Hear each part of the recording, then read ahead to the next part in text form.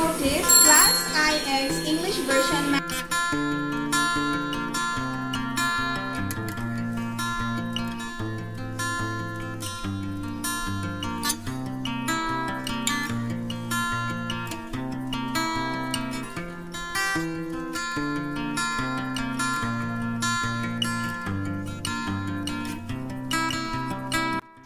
আসসালামু আলাইকুম এভরিওয়ান, সবাই কেমন আছো? আলহামদুলিল্লাহ আমরা অনেক ভালো আছি। আশা করি আল্লাহ তোমাদেরকেও ভালো রেখেছে। আর যে যেই রকম থাকি না কেন, যেভাবেই থাকি না কেন, আল্লাহ তাআলাকে খুশি করার জন্য যারা আমার ব্লগটা দেখা শুরু করেছো আমার সাথে, সবাই একবার বলি আলহামদুলিল্লাহ।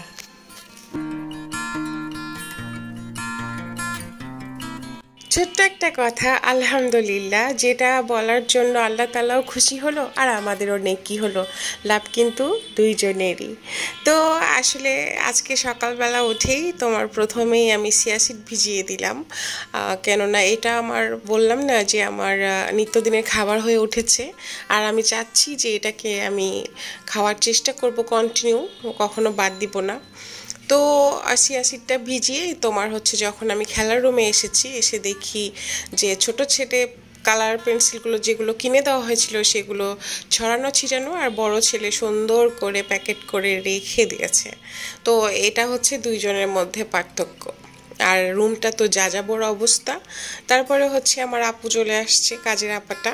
তখন আমি আপাটাকে বললাম যে আপা, আজকে আমাদের মেন কাজটা হচ্ছে বাসার সমস্ত ঝুলটা পরিষ্কার করা, কেননা রমজান মাসে করেছিলাম, ঈদের আগে আর করা হয় নাই। তো প্রতিদিনের মতো সেই সকাল থেকে আবার আমার নতুন একটা ব্লগ, নতুনভাবে আবার সংসারের সমস্ত কাজ শেষ হবে না, আর কাজ থেকে কখনো ছুটি নেওয়া আমাদের জন্য সম্ভব হবে না। আর আমি ব্লগের প্রথমেই বললাম যে ছোট্ট একটা কথা আলহামদুলিল্লাহ। তো গত ব্লগে একটা ভাইয়া আমাকে কমেন্ট করেছে আলহামদুলিল্লাহ, তো সেই আলহামদুলিল্লাহটা পড়ে আমি এত খুশি হয়েছি, তখন মনে হয়েছে যে আমার ব্লগের কোনো পার্টের জন্য না, হয়তো আমার এই কথার জন্যই উনি হয়তো আমাকে রিপ্লাইটা দিয়েছে আলহামদুলিল্লাহ। তো আমার ব্লগটা যদি 10 জন আপু বা ভাইয়া যেই দেখো না কেন, তারাও যদি একবার মনে মনে আলহামদুলিল্লাহ বলো, ক্ষতি কোথায় বলো? একটা ভালো কিছু শুরু শুধু করতে হয়, শেষটা আল্লাহ তাআলাই করে দিবে ইনশাআল্লাহ। রমজান মাসে মা যখন রাজশাহীতে যায় তখন তোমার হচ্ছে যে কিছু পরোটা করে রেখেছিলাম ফ্রোজেন, তো সেগুলো একদম পুরোপুরি শেষ আলহামদুলিল্লাহ। তো যেহেতু আসলে অসুস্থতা যাচ্ছে সবার, আর মাও মাত্র এসেছে, তো আমি মাকে বলেছিলাম যে কিছুদিন পরে আবার ফ্রোজেন করি, আপাতত ফ্রোজেন পরোটা কিনে নিয়ে আসাই। তো ওদের বাবাকে নিচে পাঠিয়েছিলাম, তো ওর বাবা নিয়ে আসছে ডিম, আটা, ব্রেড ও ফ্রোজেন পরোটা। আর এই পরোটা ছাড়া আমার বড় ছেলে বা আমার ছোট ছেলে মানে চলেই না, এটা লাগবেই। মানে তোমার নাস্তাও হিসেবে, বা তারা টিভি দেখছে, আম্মু একটা পরোটা, আম্মু একটা পরোটা মিষ্টি দিয়ে খাবো, বা আম্মু একটা পরোটা এমনিতে খাবো, এইরকম। তো এটা আমাকে অনেক সুবিধা দেয়। যদিও আমি বুঝে গিয়েছি যে এখন বাসায়ও করে রাখা যায়, তো সেক্ষেত্রে আমি ভাবলাম যে না, পুরোপুরি একটু সুস্থ পরিবেশ বাসায় আসুক, তারপরে আমরা আবার কিছু কিছু জিনিস করে আবার ফ্রোজেন করে রাখবো। যারা আমার ব্লগটা প্রতিদিন দেখো বা আমার পাশে আছো, আমাকে ভালোবাসা দিচ্ছ, তাদেরকে অসংখ্য ধন্যবাদ। আর যারা এখন পর্যন্ত আমার চ্যানেলটা সাবস্ক্রাইব করো নাই, যারা নতুন বন্ধুরা, তারা অবশ্যই, যদি ভিডিওটি ভালো লাগে বা আমার কোনো ভিডিওর একটা পার্ট ভালো লেগে যায়, তো তার জন্য হলেও প্লিজ আমার চ্যানেলটা সাবস্ক্রাইব করে আমাদের সাথেই থেকো।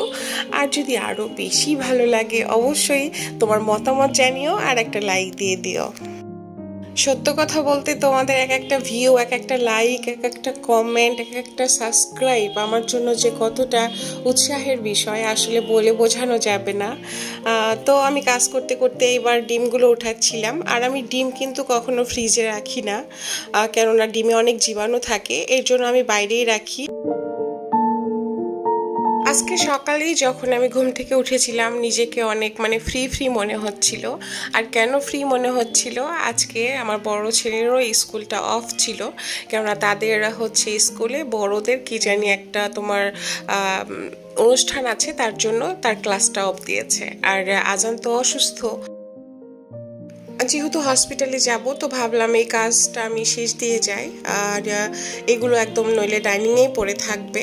আর যেহেতু বড় ছেলেকে নিয়ে যাব, আজানকে নিয়ে যাব না, সেক্ষেত্রে মাও কিছু করার সুযোগ পাবে না, কেননা আজান বাসায় থাকলে না সব সময় ওর পাশেই থাকতে হয়। আগে থেকে কোনো প্ল্যান ছিল না যে বড় ছেলেকে হসপিটালে নিয়ে যাব, মানে এটা কাকতালীয় বিষয়। গ্রামে যাওয়ার ফলে মানে আমার বড় ছেলের অ্যালার্জি আছে, সেক্ষেত্রে তোমার ধুলাবালি বা প্রচণ্ড রকম নোংরা বা রোদে এত যাওয়া যাবে না, সম্পূর্ণটাই নিষেধ। আর গ্রামে গেলে বাচ্চারা তো এগুলা ছাড়া মনে করো কখনোই থাকে না, তো তার জন্য তার শরীরে হচ্ছে যে তোমার চুলকানি বের হয়ে গিয়েছে আর মানে অস্থির হয়ে যাচ্ছে এই টাইপের কিছু। তো ওদের বাবা বলল যে যেহেতু ও বাসায় থাকে না, আজকে আছে, তো অবশ্যই তাকে নিয়ে আমরা হসপিটালে যাই। তো তার জন্য আসলে হসপিটালে যেতে হবে। জানি না ডক্টর কি বলবে না বলবে, আল্লাহর কাছে একটাই দোয়া যেন আল্লাহ তুমি কোনো আর বিপদ দিও না। এখন আমরা বাইরে গিয়েছিলাম ওই যে রেদওয়ানকে নিয়ে তোমার হসপিটালে, ওকে নিয়ে গিয়েছিলাম। মানে একটা বিপদ পার না হতে হতে ওই যে বলি না যে আমি হাজারটা বিপদ চলে আসে, তো ওর হয়েছে কি অ্যালার্জি হয়ে শরীরে চুলকাতে চুলকাতে অবস্থা খারাপ। পচা ছেলে, মানে যাই হোক, বাবা সাইড টক করে না, ঠিক আছে।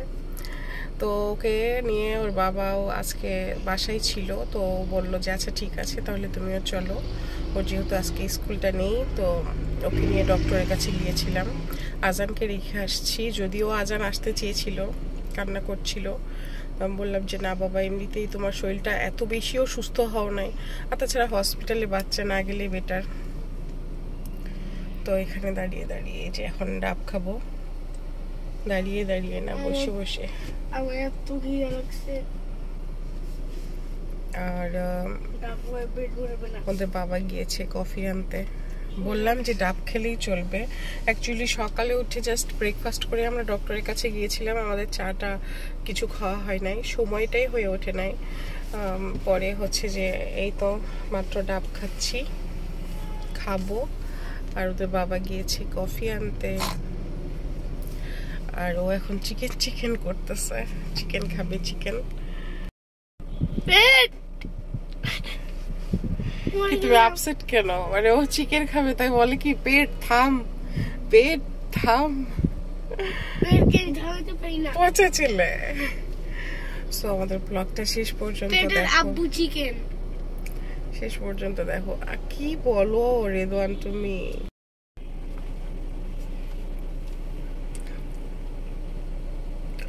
শান্তি শান্তি লাগতেছে ডাবটা খেয়ে।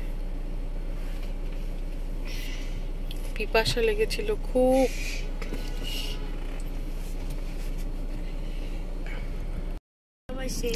এই যে দেখো কত তাল, ছোট ছোট ডাব, তারপরেও 150 টাকা করে। এই মানুষটাকে নিয়ে না আর পারি না। বললাম যে চা খাবো, আবার সে কফি নিতে গিয়েছে। আর হাতে এগুলা কি? রেদওয়ান আজানের নিশ্চয়ই কোনো পেস্ট্রি কেক। এই মানুষটা কতটা ইম্পর্টেন্ট আমাদের লাইফে।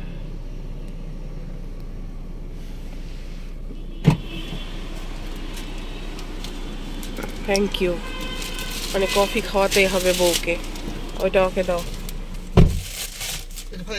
না না, ডাব খাইনি তো, আমি অল্প খেয়েছি। ওকে আমি বললাম ডাব খেতে, খেলো না। পরে ও একটু খায়, আমি আর খেলাম না, যে কফি খাবো। ডাব, কফি, কেক এগুলো দেখে আজান খুব খুশি হবে।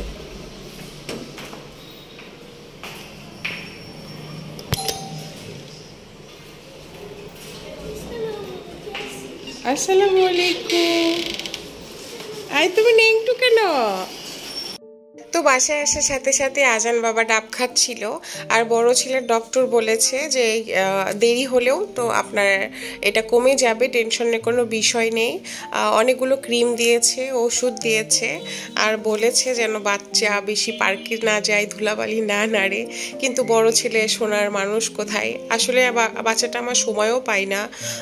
কখনো যদি একটু সময় পাই তখন একটু পার্কে যাই, যেহেতু তার মর্নিং টু ইভিনিং অনেক ক্লাস থাকে, আর তাছাড়া সে অসুস্থ, অনেক দিন ধরে পার্কে যেতে দেই না। আর মাঝখানে পড়েছিল যে আগুনের মতো গরম, সেই গরমেও তাকে আমি যেতে দেই নাই। আমি বুঝলাম না আসলে কোথা থেকে কি হলো। আসলে অসুখ কখন কার কখন কিভাবে রূপ ধারণ নেবে, কখন কোনটা হবে, এটা সম্পূর্ণ আল্লাহর ওপর। তো তারপরও তোমাদের কাছে অনুরোধ, আমাদের জন্য দোয়া করো যেন আল্লাহ তাআলা ভালো রাখে। ইভেন আমি তোমাদের জন্য দোয়া করি, আমার ব্লগ যারা দেখে তারা যেন আল্লাহ তাআলা সবাইকে হেফাজতে রাখে এবং ভালো রাখে। আমাদের জীবনে না এক্সপেকটেশন অনেক বেশি, আমরা আসলে সব সময় সব কিছু চেয়ে বসি। যেমন এই যে আমার সন্তান কিন্তু আশা করে আছে আম্মু কিছু নিয়ে আসবে, বা বড় ছেলে ভেবেছিল বাবা নিশ্চয়ই তাকে কিছু খাওয়াবে, বা আমিও কিন্তু ইভেন মিথ্যা কথা বলবো না, ভেবেছি যে বাইরে যে এক কাপ চা হলেও খাবো, বাট আমার হাজবেন্ড আমাকে কফি খাওয়িয়েছে। বারান্দায় বসে বসে আমি গাছগুলো দেখছিলাম আর কফি খাচ্ছিলাম। আর দেরি না, এখনই আমাকে রান্নাঘরে যেতে হবে। যেহেতু সকালে গিয়েছিলাম হসপিটালে, বাসায় এসে দৌড় দিয়ে এসে তোমার ধুন্দুলির তরকারিটা উঠিয়ে দিয়েছি, আর আজকে ধুন্দুলির তরকারি রান্না করছি কাতল মাছ দিয়ে। তো আমার রান্নাটাও শেষ। আমি তো এসে ধুন্দুল দিয়ে কাতল মাছ দিয়ে রান্না করলাম, আর মা রান্না করেছিল কাঠুয়া ডাটা, এটা রাজশাহী থেকে মা নিয়ে এসেছিল, আর রান্না করাই হচ্ছিল না তো মা করে ফেলেছে। এদিকে আমি রান্না শেষ দিতে না দিতে আমার একটা ভাবি চলে আসছে আমার দুই বাচ্চাকে দেখার জন্য। Notice Class IX English Version Math Project, date 11/5/2024, day Saturday, Wenger Building 1. Chief guest, MD Ziaul Alam, Principal, Maston College. Time 8:30 to 1 a.m. Girls section, 11:25 to 1:25 p.m. Boys section. Duties of FMs: please bring your students to Building 1 at 8:20 a.m. They must carry a notebook and pen with them for girls section. Duties for subject teacher: please remain present in Building 1 in your representative period and take care of your students. Please ensure your attendance to the coordinators and after reaching the venue. Regards, coordinator. এতক্ষণ যার চটপটা কথা শুনটা সে হচ্ছে কথামণি। তো ভাবি আমরা সবাই মিলে অনেক কথা বলছিলাম, আসলে অনেক দিন পরে দেখা। আমিও যেহেতু অনেক দিন হয়ে গেল আজানকে স্কুলে নিয়ে যেতে পারি না, আর এদিকে ভাবির ফ্যামিলিতেও নাকি সবাই অসুস্থ ছিল, তো ভাবি দেখতে আসাতে আমার খুব ভালো লেগেছিল।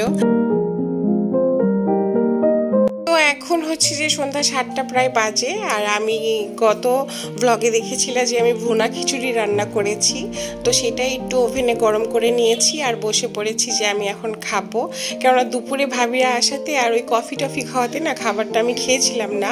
তো আমার সামনে আছে আচার, আর এই আচারটা কিন্তু আমার লিজা ভাবি দিয়েছে। এটা কিন্তু বোম্বাই মরিচের আচার, আর এতটা সুস্বাদু।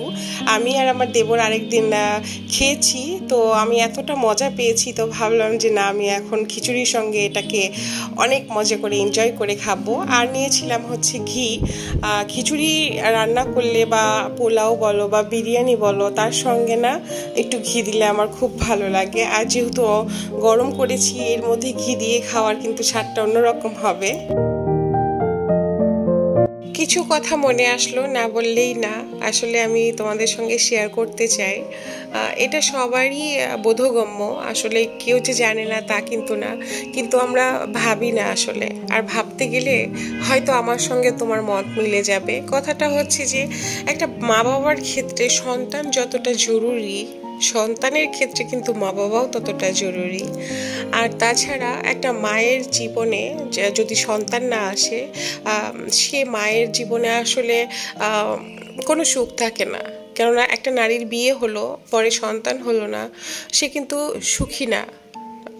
মানে তার মতো দুঃখী আসলে মানে বেঁচে থেকেও যে মরে যাওয়া এই রকম কিছু, বা সন্তান আছে সেই সন্তানকে লালন পালন করা এবং ভালো মানুষে পরিণত করা, এটাও কিন্তু অনেক টাফ। আবার দেখো সন্তান আছে বাবা মা নেই, সেই সন্তানের কতটা কষ্ট। আসলে আল্লাহ তাআলার গুণাগুণ বা বিচার বিধান আমরা যদি চুপচাপ বসে একটু ভাবি যে একে অপরের জন্য আল্লাহ কেন বানিয়েছে, আসলেই আমাদের মানুষের জীবন একে অপরকে ছাড়া একদম মূল্যহীন। মানে একটা আছে আরেকটা নাই, তখন আমাদের জীবনে থাকবে হাহাকার। আর যখন পরিপূর্ণতা আসে তখনও আসলে আমাদের মানুষের চাওয়ার কোনো, আমাদের তো চাহিদা অনেক, তো আল্লাহর কাছে চাওয়ার কোনো শেষ থাকে না। তো আমি দোয়া করি সবার বাবা মা ভালো থাক, সবার সন্তান ভালো থাক, এবং যাদের কোলে তুমি রাব্বুল আলামিন এখনো সন্তান দান করো নাই তাদেরকে অবশ্যই দান করো। আমার সঙ্গে সবাই একবার করে বলি আমিন। আসলে আমাদের দোয়ার ফলেও যদি আল্লাহ তাআলা কাউকে একটু কিছু ভালো দিতে চায় বা দেয়, সমস্যা কোথায়? আমি না সবসময় চাই ভালো কিছু, খারাপ কিছু না। আমি অলওয়েজ এই রকমই। আমি তোমার ব্লগের জন্য বলবো না যে হ্যাঁ আজকে আমি অনেক ভালো ভালো কথা বলছি, বাট না, জীবনের আসলে টার্গেটটাই হওয়া উচিত ভালো কিছু, পারি বা না পারি, বাট আছে না মানুষের উপকার করতে না পারলে ক্ষতি করব না, এই রকম কিছু। আল্লাহ তাআলা আমাকে আরও ক্ষমতা দিলে আমি আরও ভালো করতে চাই জীবনে মানুষের জন্য, বা আল্লাহ তাআলা সবাইকে ক্ষমতা দিক, সবাইকে সব কিছু দিক, কেননা আল্লাহর কাছে তো কোনো অভাব নেই। যেহেতু তার অভাব নেই, আল্লাহ বলেইছে আমার কাছে চাও, তাহলে আমরা চাইতে পারবো না কেন? হঠাৎ করেই আসলে কথাগুলো মনে আসলো। আমরা আসলে নিতে চাই বেশি, শুকরিয়া করতে চাই কম, এটা আমাদের মানুষের স্বভাব, জন্মগত স্বভাব আসলে। তারপরেও আমি সবসময়ই বলি যে আল্লাহর দরবারে লাখো শুকরিয়া, আলহামদুলিল্লাহ যে এখন পর্যন্ত বেঁচে আছি আর যেন ভালো থাকতে পারি। তো যাই হোক, আমার ছেলেকে ইভিনিং ক্লাস থেকে নিয়ে এসে তার একটা চাওয়া ছিল যে চাপ স্যান্ডউইচ খাবে, তো দুই ভাইয়ের জন্য নিয়ে আসলাম। আর ছোট ছেলেটাকে যেহেতু সে অনেক দিন স্কুলে যায় না, তো ভাবছিলাম এক দুই দিনের মধ্যে আল্লাহ চাইলে তাকে স্কুলে নিয়ে যাব। তো আমি ভাবছিলাম যে তাকে একটু হ্যান্ডরাইটিং করায়, আর লিখতে যে এমন অবস্থা হয়েছে, পাজিটা সব কিছু উল্টাপাল্টা করে লিখছিল আর খুব হাসতেছিল। তো আমাদের জন্য দোয়া করো, আল্লাহ যেন দুই ভাইকে সুস্থ এবং সুন্দরভাবে মানুষের মতো মানুষ করার তৌফিক দান করে। হঠাৎ এত বড় বড় কথা কেন বললাম বা কেনই বা শেয়ার করলাম জানি না। আসলে সবসময় আমি যখন ব্লগ করি তখন মনে করি তোমরা আমার পাশেই আছো, গল্প করতে মন চাইলে মনে নানা রকম কথা সব কিছু শেয়ার করার চেষ্টা করি। জানি না আজকের ব্লগটা তোমাদের কেমন লাগলো, অবশ্যই অবশ্যই তোমার মতামতটা জানিও। আর এটাই ছিল আমার আজকের ব্লগ, সকাল থেকে রাত পর্যন্ত, as a mother, as a house wife, as a wife, সব কিছুই তোমাদের সঙ্গে শেয়ার করলাম, আমার রুটিনগুলো বা আমার লাইফগুলো। আমি জানি না আমার কথার মাধ্যমে তোমাদের কেউ কষ্ট পেয়েছো কিনা বা ভালো লেগেছে কিনা। যদি কষ্ট লাগে তাহলে মাফ করে দিও, আর যদি ভালো লাগে অবশ্যই আমার সাথে থেকো। সো আমার জন্য দোয়া করো, আল্লাহ তোমাদেরকেও ভালো রাখুক। আবার দেখা হবে নেক্সট কোনো ব্লগে। সো আজকের জন্য আল্লাহ হাফেজ।